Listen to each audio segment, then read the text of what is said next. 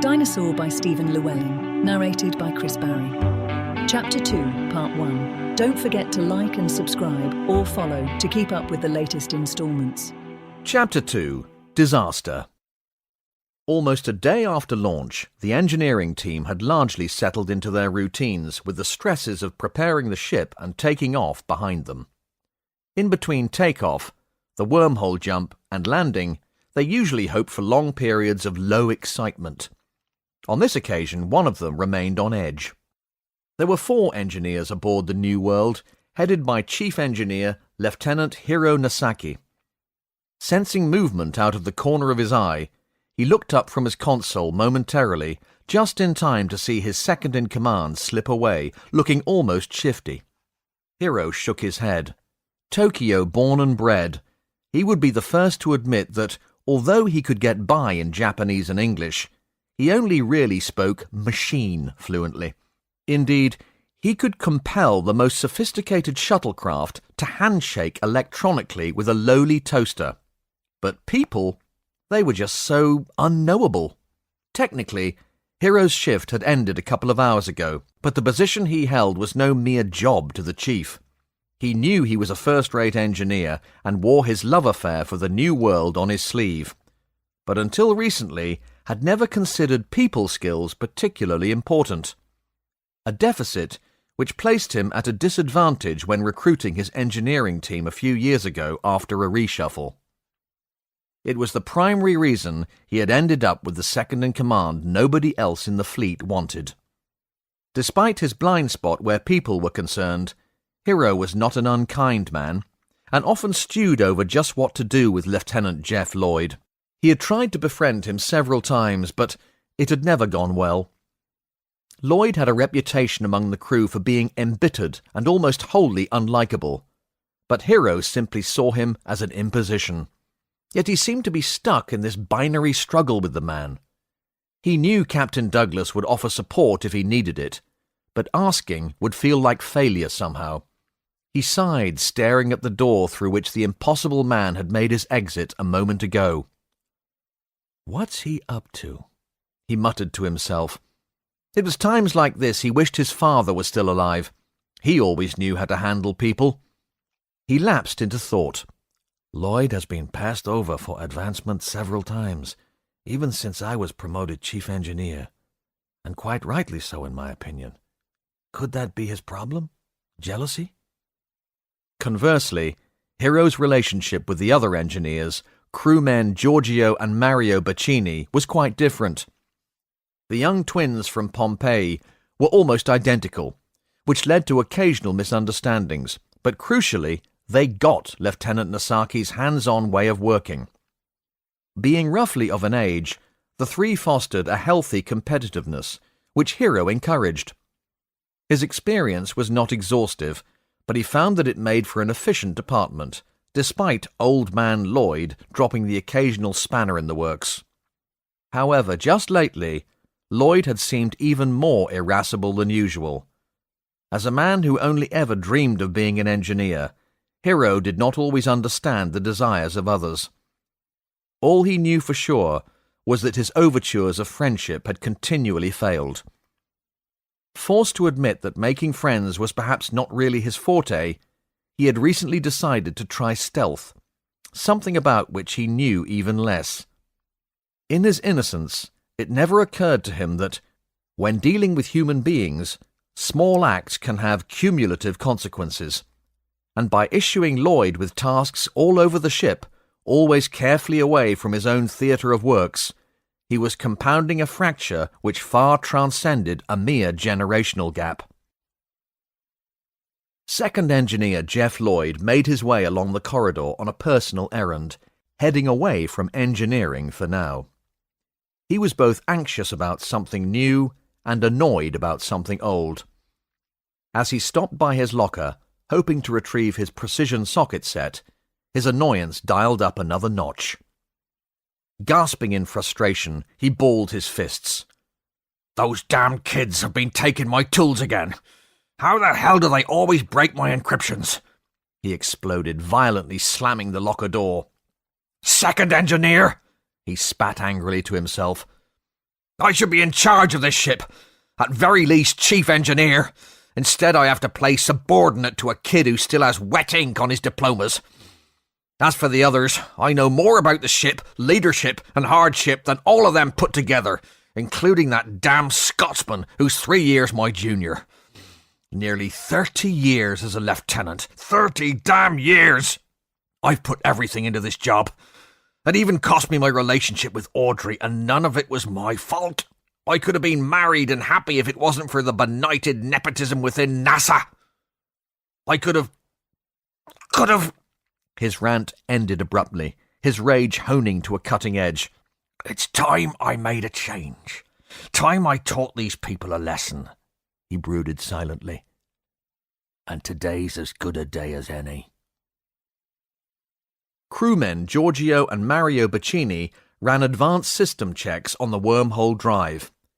It wouldn't be needed until tomorrow, but Mario, whose responsibility it was, liked to run tests well in advance, so that any problems could be flagged up and fixed before the captain ordered a jump.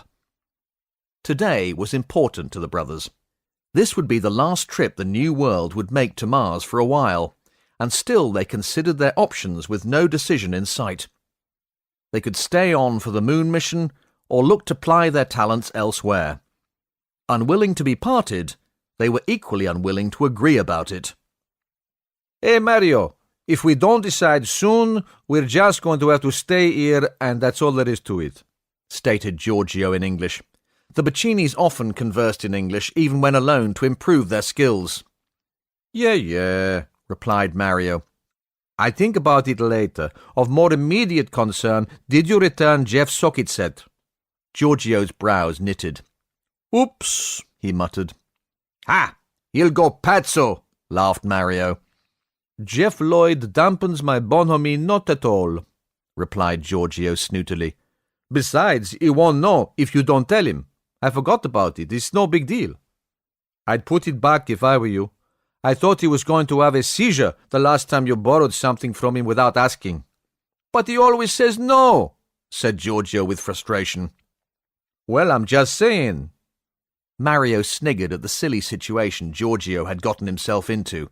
It was commonplace for one or other of the twins to be in Lloyd's bad books. They were that sort, and so was he. He always blames me, continued Giorgio plaintively. It always is you, bit back Mario. What? Why don't you remind me about the time you put his dirty laundry in the air vent next to his workstation? Hey, it stank, man. So what? You thought a couple of days of having warm air passed over it would help? He located them, eventually. He went loco, you mean?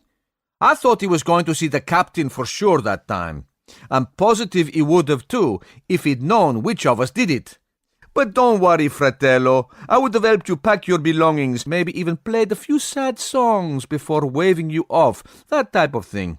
Hey! Giorgio cried out as an empty food carton whizzed overhead. I thought you never allowed food around the wormhole drive. Mario looked scandalized.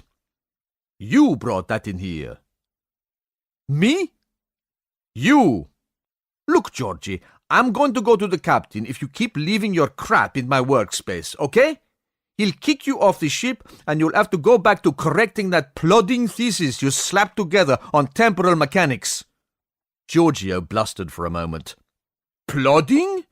It was more widely regarded than that derivative work you hashed up about wormholes. Hey, and what do you mean by correcting? Derivative? Sputtered Mario. My thesis got us our jobs. Oh, please, Giorgio replied witheringly. You press a few buttons here and there, give the drive housing a bit of a polish in between jumps, and drink filthy NASA coffee. I'm surprised you haven't shined the casing away. Mario laughed at his brother's insults despite himself. Mary the janitor could do your job, continued Giorgio, laughing himself now. In between cleaning the refectory and making drinks for all the crew. I do all the real work with Hero. And FYI, that food carton was yours. I saw you walk past the bin with it on the way here, in one of your little fetishist daydreams, probably. Seeing his moment, Giorgio launched it back across the room. Mario went down. Mario? A pained voice came from the floor behind a workstation. You got me in the plums, idiota! Late that night, the hatch leading into the wormhole drive section of engineering slid open. The doors made very little noise, and the man stepped inside equally quietly.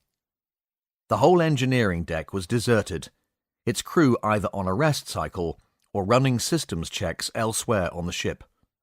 Subsequently, the wormhole drive was also left unattended. The man checked the system status. All of Bacini's diagnostics seemed to have been completed with no faults logged. Good, thought the saboteur. Even the fastidious Mario is unlikely to check on his beloved wormhole drive again until it powers down after the jump. He opened the drive casing and planted the device he had constructed, knowing exactly where to place it for effect. Once satisfied, he closed the housing and left. He knew the device was much more powerful than it needed to be, but he had been afraid of being caught with it. He did not like handling it either. Sweat ran down his face and neck. Sod it. It'll do. Now get a grip, he told himself, wiping his brow with a sleeve. He had everything worked out, escape and all. It was risky, but if timed accurately, he would make Earth orbit within 3 days, carrying the sad news of a disaster. Lifeboat 7 would be slower than the New World and more cramped, but he was being paid a lot of money, so these were small matters. He paused to look carefully around a corner, having already confused the surveillance system in this area. However, you could never fully factor for passers-by. Content the coast was clear, he propped up his justifications and vacated the area, silencing his conscience as he tried to regulate his breathing. The USS New World was now a day and a half out from Earth, and on a heading straight for Mars. Her crew busied themselves, preparing to make their jump through a wormhole. Due to the relative infancy of the technology, the stipulated minimum distance of 1,800,000 kilometers was an agreed safety margin.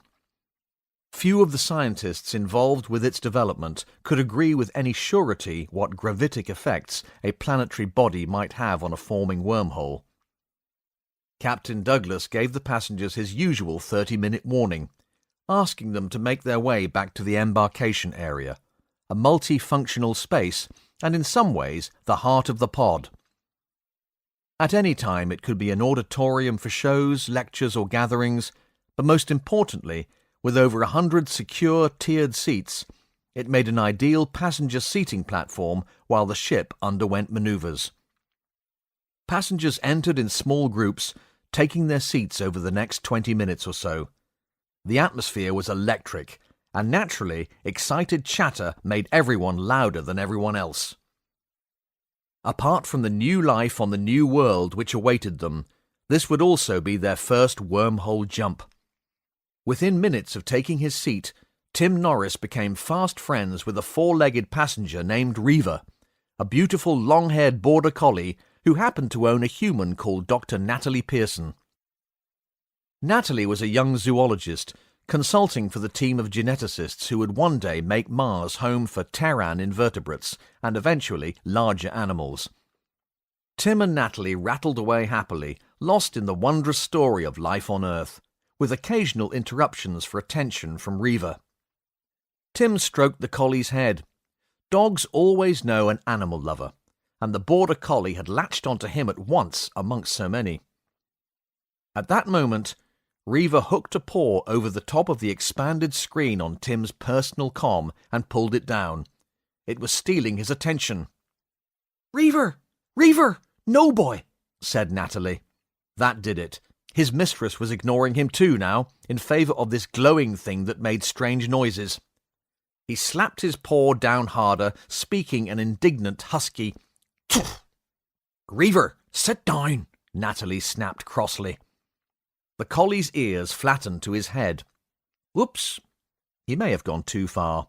He tilted his head to one side and laid it on Natalie's lap, staring up at her with a look of innocence so timeless that it may have predated Eve's apple. Tim burst out laughing. Play.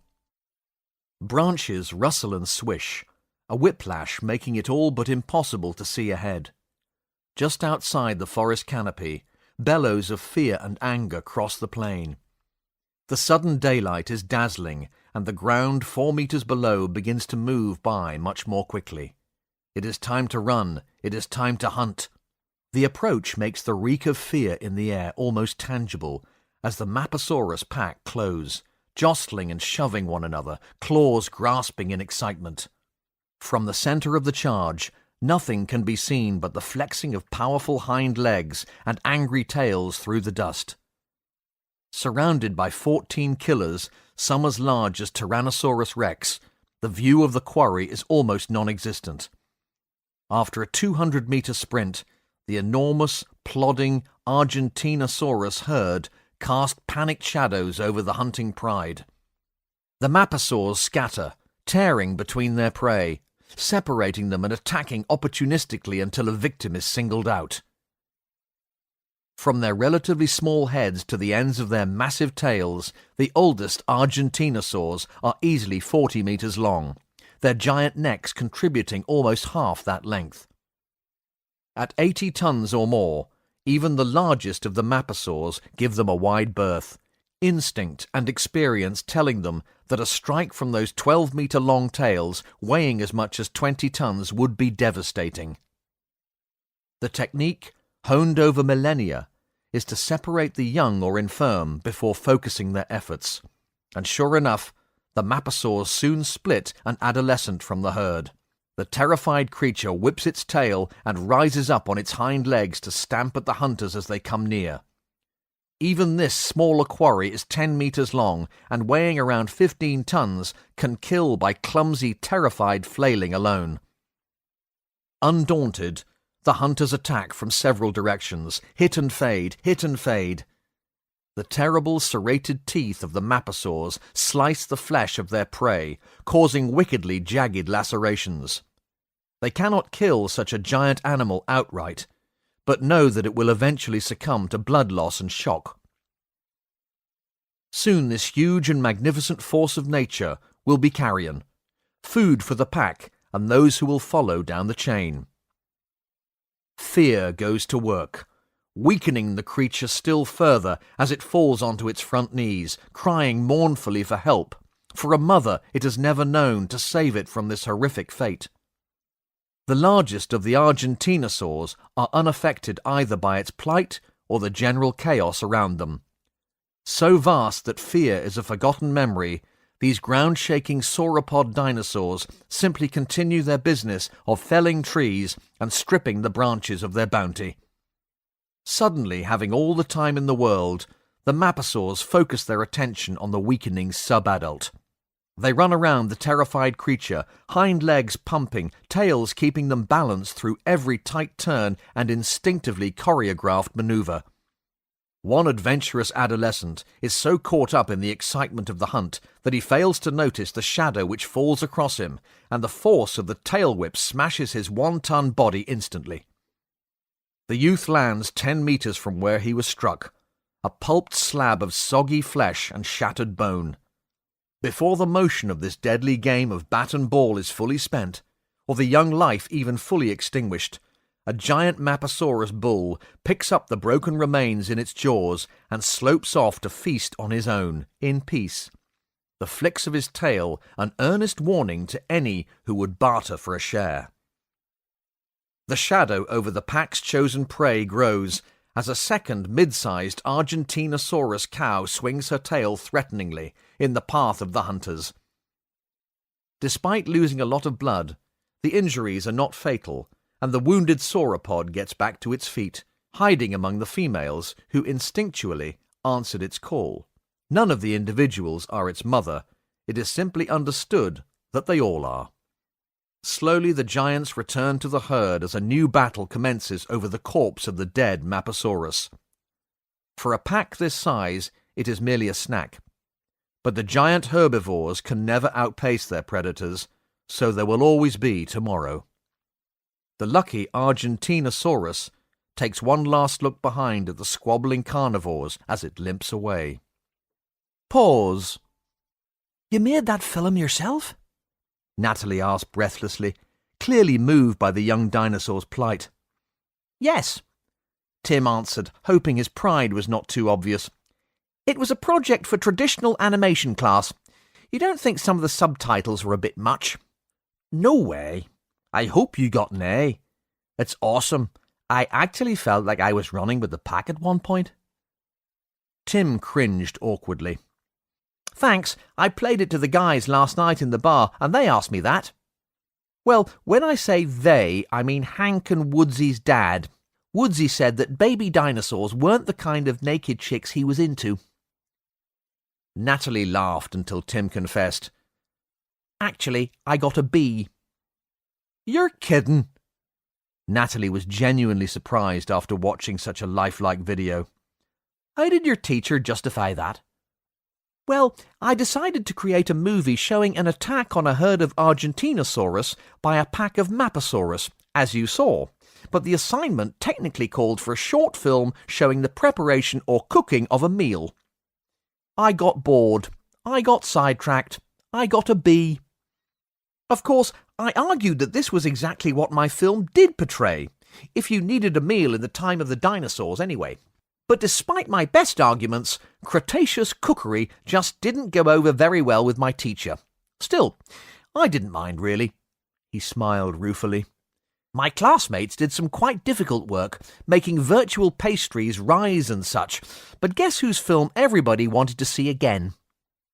Natalie grinned at the young man. I'm not surprised. I was almost in tears at one point. I would never have forgiven you if the young sauropod had died. Reva whined. He scented a change in the crowd's mood and, feeling left out, jumped onto the arm of the seat between them, shoving his nose into Tim's face whilst losing traction with his hind legs and sliding back, gracelessly, into Natalie's lap. Flailing to stop him from falling, she was rewarded with a lick which covered her nose and left eye as Reva settled into a cradled, upside-down position across her chest. All she could smell was her beloved pet's last meal. It could have been worse, a lot worse. Panting happily, the collie was indifferent while everyone else stopped whatever they were doing to listen, as a second announcement from the bridge echoed around the cavernous space. Creating a stable wormhole in T-2 minutes. The captain's voice boomed over the public address system. Previous journeys had demonstrated that the volume at this stage needed to be dialed higher than usual to compensate for the natural excitement among the passengers. We will follow the wormhole exiting 1.8 million kilometers from Mars. Please make sure all luggage is secure and all safety harnesses are fastened. Captain, out. Most of the passengers' belongings had been long secured in their quarters, but there was still a shuffle as everyone gave bags and belts one last check. The captain's voice soon sounded again, unnaturally loud this time, as the passengers fell into silent anticipation. We're about to jump and will arrive near Mars straight away. There will be no perception of time for us in the wormhole. Please remain seated and calm. The official part of his message relayed, he continued with more of his natural warmth. We've done this many times and there's nothing to fear. We'll be back in real space before you know it. Douglas, out. The tiered seats of embarkation faced a large curved screen, some 16 meters wide by 9 high. When it lit up to show the view from a camera set into the nose of the ship, an audible gasp travelled around the auditorium. Mars, their destination, could be seen in the centre of the display as a slightly reddish dot among the heavens. Dinosaur, written by Llewelyn and performed by Chris Barrie. New installments uploaded each week. Subscribe for more. Visit the link in the description for free New World companion stories, available for download as ebooks.